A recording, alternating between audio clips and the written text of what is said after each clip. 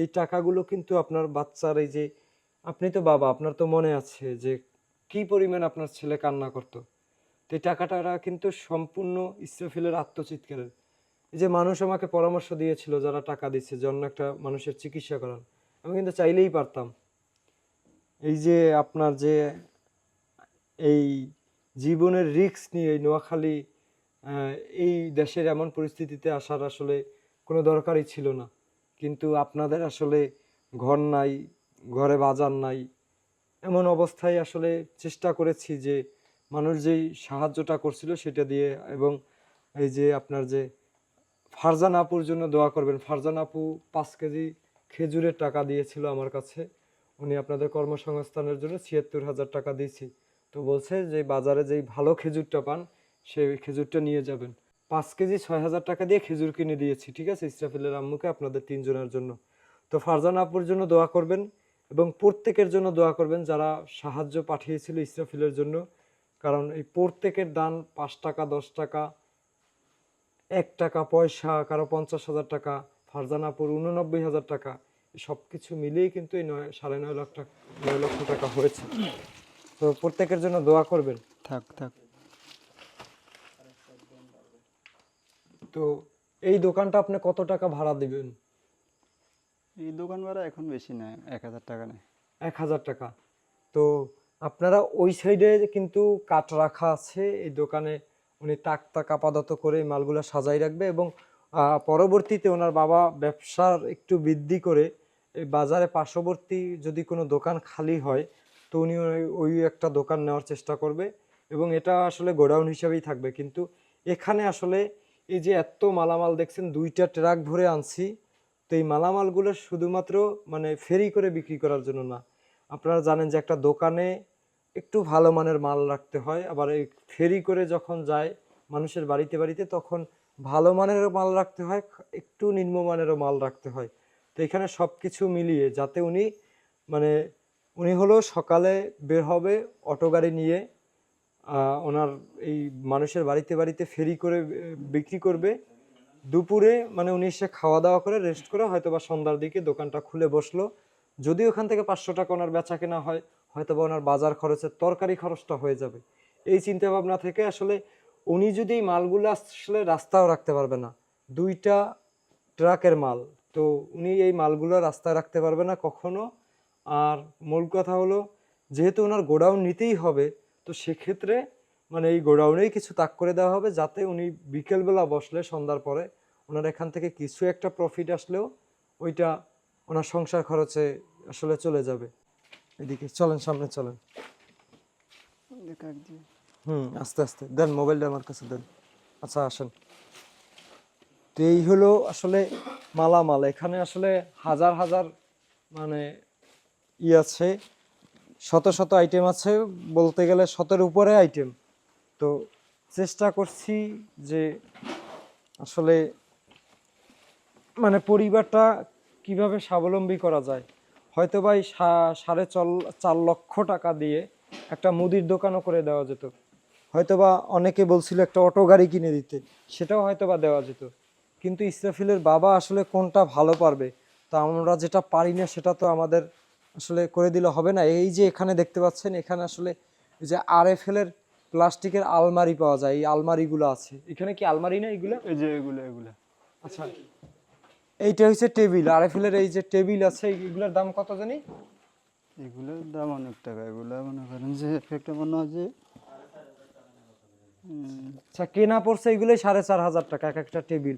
এবং এইখানে দেখতে পাচ্ছেন এইখানে আছে ওয়ার্ড্রোব। RFL এর যে ওয়ার্ড্রোব গুলো আছে, এই ওয়ার্ড্রোব গুলা এই যে দেখতে পাচ্ছেন যে এখানে আসলে টুল আছে, বালতি আছে, মানে টুল বালতি বক্স। এই যে চেয়ার আছে, চেয়ার আনছি কয়টা? 50টা মনে হয়। 50টা? বেশি, আরো বেশি। আচ্ছা, চেয়ার তো 100টা মনে হয়, এরকম হবে। Chair 100 piece. তারপরে বালতি আনছি কয় পিস? যাই হোক, বালতি অনেকগুলো আছে। বালতি আসলে চেয়ার হয়েছে 100 পিস, বালতি মানে এটা আসলে মানে রিসিভ আছে। এটা যদি বলতে চাই তাহলে এখন আসলে কয়টা বাজে? আপনাদের কারো মোবাইল আছে সাথে? এখন কয়টা বাজে দেখি? আসলে এখন রাত 1:03 দেখা যাচ্ছে, উঠছে, উঠে নাই, ঘড়িতে দেখা যাবে। ধরেন তো আপনার মোবাইলটা দেন তো।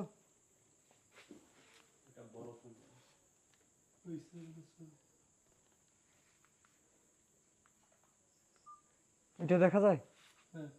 এখন আসলে বাজে রাত 1:03। তো অনেকেই আসলে আমাদের মানে এসির মধ্যে বসে অনেক সময় বাসায় বসে আসলে একটা হুট করে আমরা কমেন্ট করে দেই। আসলে ভালো কাজ করা এতটা সহজ না, মানবিক কাজ করাও এতটা সহজ না। একজন স্বেচ্ছাসেবী যে কাজটা করে এটা আসলে কখনোই সহজ না। এই যে আমি ঢাকা থেকে যেদিন ঢাকা থেকে গতকালকে আসছি, তো আমি ঢাকা থেকে আসার আগে নাইট ডিউটি করছি, রাত 10টায় ডিউটিতে রাত 9টায় ডিউটিতে ঢুকছি, সকাল 7টায় বের হয়েছি, বাসায় গিয়ে ঘুমাইছি, দুপুর 1টায় আবার ডিউটিতে আসছি, রাত 10:30টায় আবার ডিউটি থেকে বের হয়েছি, সকাল 5:30টায় আবার ডিউটিতে গেছি, আবার মানে দুপুর 2:30টায় ডিউটি থেকে বের হয়ে এই যে এসে পৌঁছাইলাম গতকালকে রাত্রে, রাত 2টা বাজে প্রায়।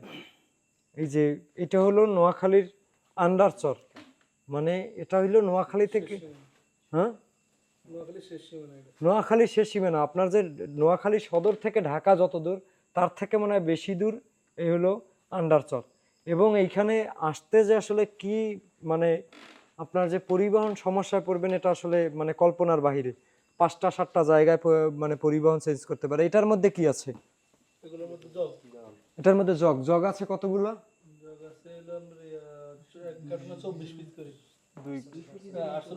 জগ কি 100 পিস আছে? আছে 100 বেশি আছে মানে 100 বেশি আছে, 200 পিসের কাছাকাছি। আর এখানে হচ্ছে এই যে দেখতে পাচ্ছেন ব্যাংক, আসলে ব্যাংক অনেক বিক্রি হয় গ্রামে গ্রামে। তারপর বাচ্চাদের আইটেম আছে। তো এই যে এইদিকে চেয়ার আছে, এগুলো হচ্ছে মশলা, হলুদ মরিচ মশলা রাখার আচ্ছা এগুলো হলুদ মরিচের।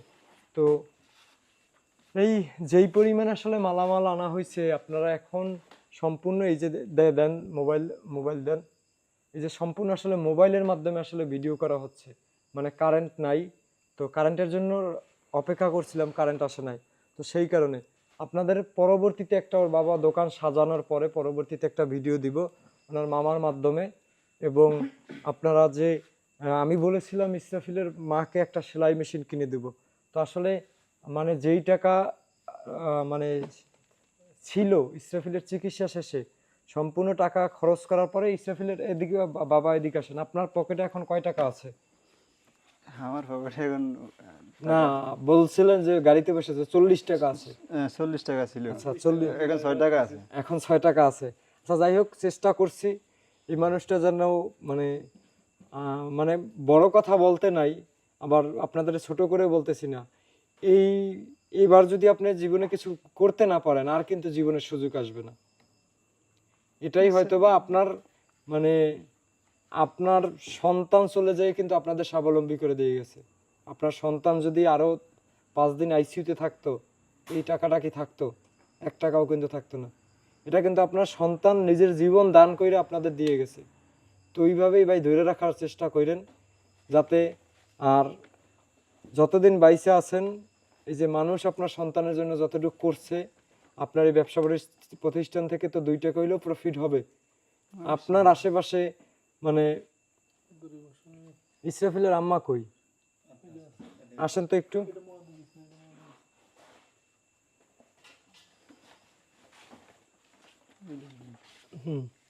এই যে মানে আপনার যে এই যে মানুষ আপনাদের জন্য যেটা করছে, আপনারা তো জীবনে কম অবহেলা টের পান নাই, কম অবহেলা টের পাইছেন?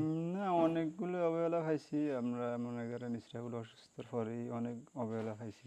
আপনার যে মানে অনেক জায়গায় গিয়েছিলাম, খালতো বাড়ির বাসাতে ছিলাম, এখান থেকে আবার মামার বাসাতে আইছি, মানে অনেক জায়গায় গেছি, মানে বাচ্চা নিয়ে, মানে মানে একটা থাকার জায়গার জন্য আর কি। আচ্ছা এখন কি মানে থাকার মতো এবং আপনার যে থাকার মতো জায়গাও তো ম্যানেজ হয়েছে, এবং আপনি যে কর্ম করে খাবেন সেইটাও কিন্তু আপনার এই আশেপাশে মানে আশেপাশের মধ্যে কিন্তু আপনার এই দোকানটাই মনে হয় এখন মালামাল বেশি আছে। জি জি, এটি জি আল্লাহর রহমতে এই যে 4.5 লাখ টাকার কর্মসংস্থান, এটা কিন্তু অনেক বড় একটা জিনিস। ঠিক আছে। আপনি যদি করতে যাইতেন নিজের টাকা, আপনার ব্যাংক লোন টানতে হইতো 10 বছর। না আমার দ্বারা সম্ভব হতো না এত টাকা আপনার। ঠিক আছে, তো হ্যাঁ জমি জমা নাই, ঘর বাড়ি নাই, ব্যাংক লোন দিত না। আর আপনার যে এই যে বলছি যে আপনার বাচ্চা কিন্তু প্রচুর অবহেলা পাইছে, তো বাচ্চার জীবন ও ওরে ওরে মানে ওর জীবন দান করে আপনাদের স্বাবলম্বী করে দিয়ে গেছে। ও কিন্তু পৃথিবীতে অনেক কষ্ট করছে। আপনি কিন্তু আমার কেউ না। আপনার যে এই যে আমার বন্ধু আসছে পাবনা থেকে, এই যে আপনাদের